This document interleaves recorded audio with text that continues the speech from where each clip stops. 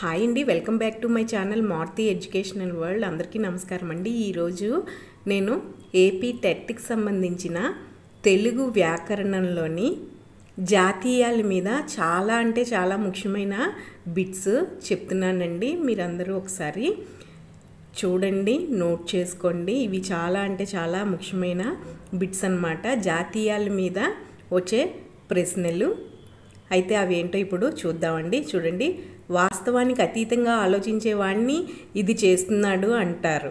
అంటే ఏం చేస్తున్నారంటారండి? 4th one, నేల విడిచి సాము చేస్తున్నారని అంటారు.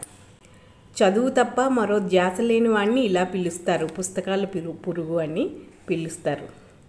గుమ్మడికాయల దొంగ అంటే ఇవి తడుముకుంటారు భుజాలు. తక్కువ అంతస్తులో కానీ పేదరికంలో కానీ పుట్టిన బాగుపడిన వ్యక్తిని ఇలా పిలుస్తారు, టిలో మాణిక్యం.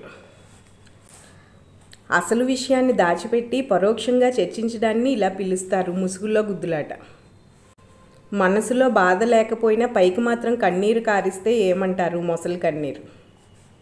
3rd one answer. ఎంతకు తగిన వ్యవహారాన్ని ఇలా అంటారు, రావణ కాష్టం. ఏమాత్రం రహస్యం లేదని చెప్పే వ్యవహారాన్ని ఇలా అంటారు, వడ్ల గింజలో బియ్యపు గింజ.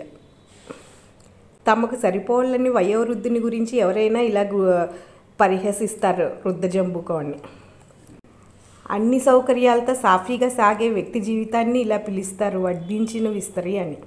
ఒక వ్యక్తి పట్ల విపరీతమైన అభిమానం చూపించడాన్ని ఇలా అంటారు, గుడ్డి ప్రేమ, వల్లమాలిన ప్రేమ. ఈ రెండు అంటారండి, పై రెండు అనమాట. 3rd one answer. బయటపడని సమస్యల్లో చిక్కిన వ్యక్తి ఇందులో చిక్కాడు అంటారు, విషవలయంలో.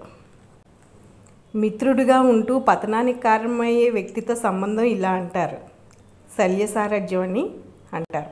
ఎవరికి హాని తలపెట్టని వ్యక్తిని ఇలా పిలుస్తారు, సాధు పుంగవుడు అని. పనైనా నైపుణ్యంతో చేసే వ్యక్తిని ఇలా అంటారు, సిద్ధహస్తుడు అని. ఏ పని అయినా సులభంగా నెరవేర్చేవాడిని ఇలా పిలుస్తారు, కృతార్థుడు అని. ప్రస్తుతం పేదరికంలో మగ్గిన గత వైభవం మిగిలి ఉండటాన్ని ఇలా అంటారు, ఇంగు కట్టిన గుడ్డ. ఒక వ్యక్తి బాగా లావయ్యాడు అనడానికి ఇలా పెరిగాడు అంటారు, అడ్డంగా. ఎవరైనా అసలే దొరకకుండా పోయినప్పుడు ఇలా పోయాడంటాడు, అతి గతి లేకుండా పోయాడని.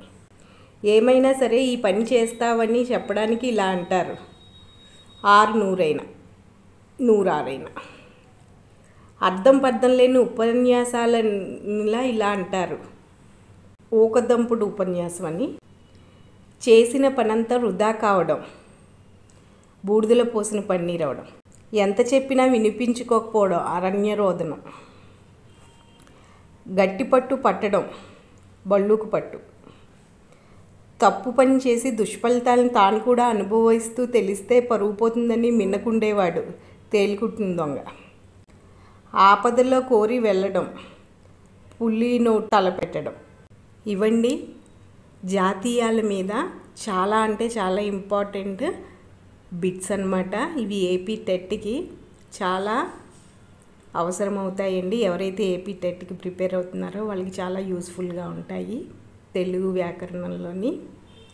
అయితే ఈ వీడియో కానీ మీకు నచ్చితే ప్లీజ్ లైక్ చేయండి, మా ఛానల్ని సబ్స్క్రైబ్ చేసుకోండి.